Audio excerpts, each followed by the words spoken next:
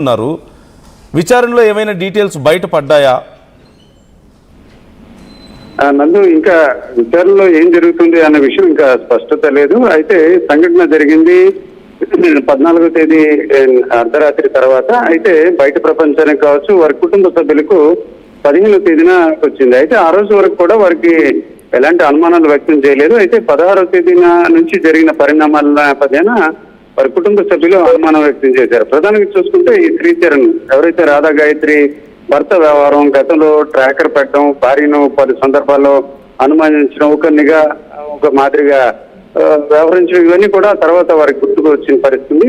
అట్లాగే చనిపోయిన తర్వాత సహజంగా పోస్ట్ మార్టం ప్రక్రియలో ఇరు కుటుంబ సభ్యుల్ని ఎవరైతే చనిపోతారో వారు ఖచ్చితంగా వారి కుటుంబ సభ్యులు ఆ శరీరాన్ని చూడటం, అట్లాగే అయిన తర్వాతే పంచనామా ప్రక్రియ, ఆ తర్వాత పోస్ట్ మార్టం జరగాలి. కానీ వీరు విశాఖపట్నం నుంచి కేవలం ఉదయం తెలిసిన వెంటనే సాయంత్రానికి చేరుకున్నారు. అయినప్పుడు కూడా వారిని ఆ ముస్సోరీలో ఏదైతే ఘటనా స్థలానికి చేరకుండానే పోస్ట్ మార్టం డెహ్రాడూన్ లో జరిగింది. ఆ డెహ్రాడూన్ లో ఆ గదిలో ఉన్నట్టు బాడీని చూపించి అక్కడతో ఆ ప్రక్రియ ముగించినట్టు చెప్పి ఆ శరీరాన్ని, మృతదేహాన్ని విశాఖపట్నం తీసుకొచ్చారు. అక్కడ నుంచి విజయనగరం జిల్లా జామ్ మండలం మామిడిపల్లి తీసుకెళ్లి అంత్యక్రియల ప్రక్రియ జరిగింది.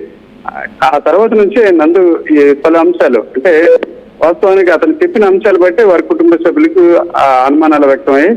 ప్రధానంగా ఋషికేశ్, హరిద్వార్ వెళ్తామని చెప్పారు, కానీ ముస్సోరి వెళ్తామని చెప్పలేదు. అలాగే అతను అర్ధరాత్రి ఓ ఫోటో కూడా పంపారు. అది ఎప్పుడు కూడా అన్యాచురల్ ఫోటో, ఎప్పుడు కూడా అట్లాంటి ఫోటో కూడా పంపే పరిస్థితి లేదు. అలాగే అతని తల్లిదండ్రులతో మాట్లాడించే తీరు, ఇవన్నీ కూడా అనుమానాలు వ్యక్తమయ్యాయి. ఆ అనుమానాలు వ్యక్తమైన కోణంలోనే వీరు వారిని నిలదీసే ప్రయత్నం చేస్తే అతను సరిగ్గా సమాధానం చెప్పకపోవడంతో ఇది మరింత బలంగా అనుమానాలకి బలం చేకూర్చిన పరిస్థితి నందు. అయితే 12 రోజుల ప్రక్రియలో భాగంగా వారి సింహాచలంలో ఉంటూ వచ్చారు తల్లిదండ్రులు. ఎవరైతే శ్రీచరణ్ అలాగే తల్లిదండ్రులు కూడా ఉంటూ వచ్చారు. అయితే ఒకవైపు తల్లిదండ్రుల నుంచి అలాగే సమాజం నుంచి కూడా కొంత ఒత్తిడి వస్తున్న నేపథ్యాన అతను తప్పించుకునే ప్రయత్నం చేశాడు. ఆఖరి రోజు వరకు ఉంటానని చెప్పి 5వ రోజు నుంచే అతను కనిపించకుండా వెళ్ళాడు. ఈ రోజు చూసుకుంటే అంటే దాదాపుగా 21వ తేదీ నుంచి అతను కనిపించుకోపోయాడు. ఈ రోజు చూసుకుంటే మళ్ళీ ఒక రకంగా పోలీసుల ఒత్తిడి, ఇప్పటికే నోటీసులు పంపించారు ముస్సోరి పోలీసులు. అయినప్పుడు కూడా ఇప్పుడు మేజిస్ట్రేట్ దర్యాప్తు కూడా ప్రారంభించారు. మేజిస్ట్రేట్ దర్యాప్తులో భాగంగా 17వ తేదీన ఖచ్చితంగా హాజరు కావాలని చెప్పడంతో బహుశా తల్లిదండ్రుల మీద, సోదరు మీద ఒత్తిడి పెరగడంతో తప్పని పరిస్థితిలో అతను పోలీసులకు పట్టుబడే అవకాశాలు ఉంటాయి. దీనిపై ఇంకా మనం ఎస్ఎస్పీ ఎవరైతే సీనియర్ సూపరింటెండెంట్ ఆఫ్ పోలీస్ ముస్సోరిని మనం కాంటాక్ట్ చేసే ప్రయత్నం చేస్తున్నాం. అయితే ఉదయమే దానికి సంబంధించి అతను అదుపులో తీసుకున్న నేపథ్యంలో మనకి కొంతసేపు తర్వాత ఏ రకంగా దర్యాప్తులో అంశాలు బయటపడ్డాయన్న విషయం తెలిసే అవకాశం ఉన్నందు. అయితే మనం అన్ఎక్స్పెక్టెడ్ గా ఈరోజు ఇప్పుడు రాధా గాయత్రి తల్లి సత్యవతి అలాగే తండ్రి సుధాకర్ గారి దగ్గర ఉన్నాం. వీరు విశాఖలోని పెందుర్తి ప్రాంతంలో చిన్నముషిడివాడ అనే ప్రాంతంలో ఉంటారు. ఆమెతో కొన్ని అంశాలు మీరు మాట్లాడవచ్చు.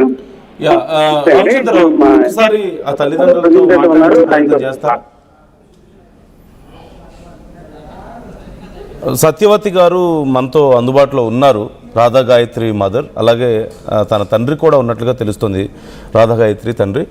ఒకసారి వాళ్ళతో మాట్లాడదాం. సత్యవతి గారు నమస్తే అమ్మా. నమస్తే అండి.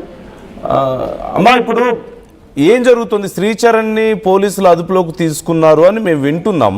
చాలా రోజుల నుంచి శ్రీచరణ్నే మీ పాప ప్రాణాలు తీశాడు అని చెప్పేసి మీరు ఆరోపణలు చేస్తూ వస్తున్నారు. అన్ని రకాలుగా మీరు న్యాయ పోరాటం చేస్తున్నారు ఈ కేసుకు సంబంధించి. అసలు మీకు తెలిసి ఈ కేసులో ఇప్పుడు ఏం జరుగుతుంది లీగల్గా? అంటే మేము నిన్న నైటే వచ్చామండి డెహ్రాడూన్ నుంచి. ఓకే. మార్నింగ్ మేము న్యూస్ లో చూసాము శ్రీచరణ్ అరెస్ట్ అని. నేను చూసినసరికి తెలిసింది, మాకు చూసిన వాళ్ళందరూ చెప్పారు. అయితే అరెస్ట్ అవ్వడం అన్నది నిజమే, కాకపోతే అరెస్ట్ ఆగిపోయింది కాదు కదండి. ఇది అదే కాదు కదా, ఒకటే న్యాయం కాదు కదా. వాడు ఏది ఇంకా ఏది లేక అరెస్ట్కి వచ్చాడు కదా, ఇంకా ఎటువంటిది లేక వాడు దొరికాడు పోలీసులకి, అంతే చెప్పుకోవడం. అమ్మా, ఇప్పుడు ఈ కేసులో మీ పాప ప్రాణాలు కోల్పోయింది అని మీకు తెలిసినప్పటి నుంచి, అంటే ఈ కేసు విచారణ మొదలైనప్పటి నుంచి కూడా మీరు ఇవే ఆరోపణలు చేస్తున్నారు, శ్రీచరణే చేశాడు ఇలా అని.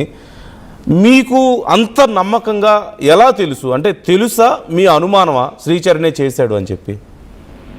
అంత నమ్మకంగా ఎలా తెలుసు అంటే 6 నెలలు అయిందండి పెళ్ళయి. 6 నెలల నుంచి మరి తెలుసుకోవాల్సినవన్నీ మేము తెలుసుకుంటున్నాము. ఆ అబ్బాయి ఎక్కడికక్కడ దొరుకుతున్నాడు మాకు.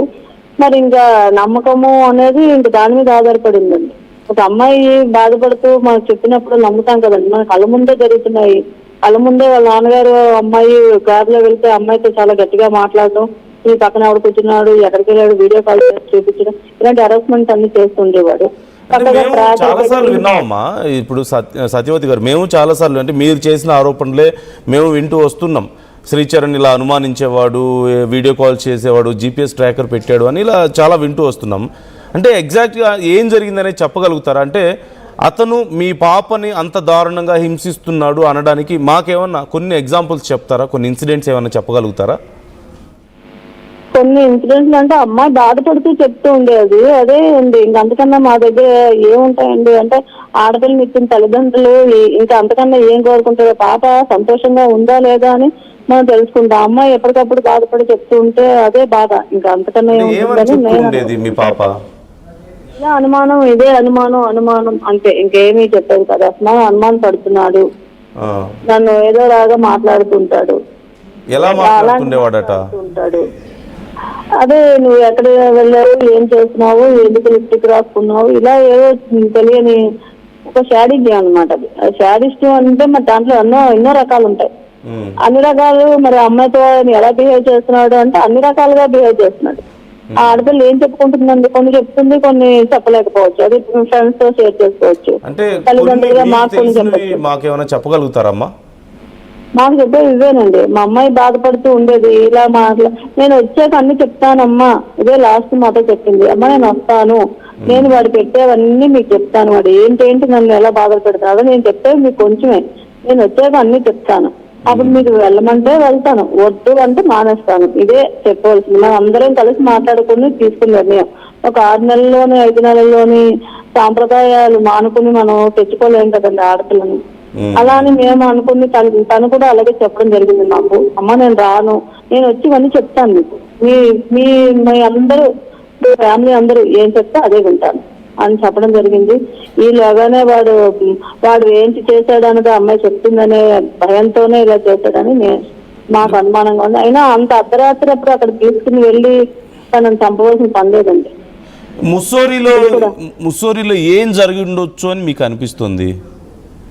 ముసూరి అనేది కొంచెం బానే ఉందండి. ముందు వెళ్ళేది ఏరియా అంతా చాలా బాగుంది. అసలు అదొక టూరిస్ట్ ఏరియా సార్. అది అందంగా ఉంది, చాలా అందమైన ఏరియా. అలాంటిది అక్కడి నుంచి 7 కిలోమీటర్ల దూరం తీసుకెళ్ళదు. కియాన్స్ హోమ్ స్టే అన్నది అది ఒక శ్మశానం లాంటిది. అక్కడ నాకు తెలిసి మన మనిషి ఎవరు వెళ్ళరు. ఎవరు ఎలాంటి వాళ్ళు వెళ్తారు అంటే ఒక కిరాతకులు, అటువంటి మా వాళ్ళే అక్కడికి వెళ్ళి ఉండగలరు. ఈ అమ్మాయిని 11:30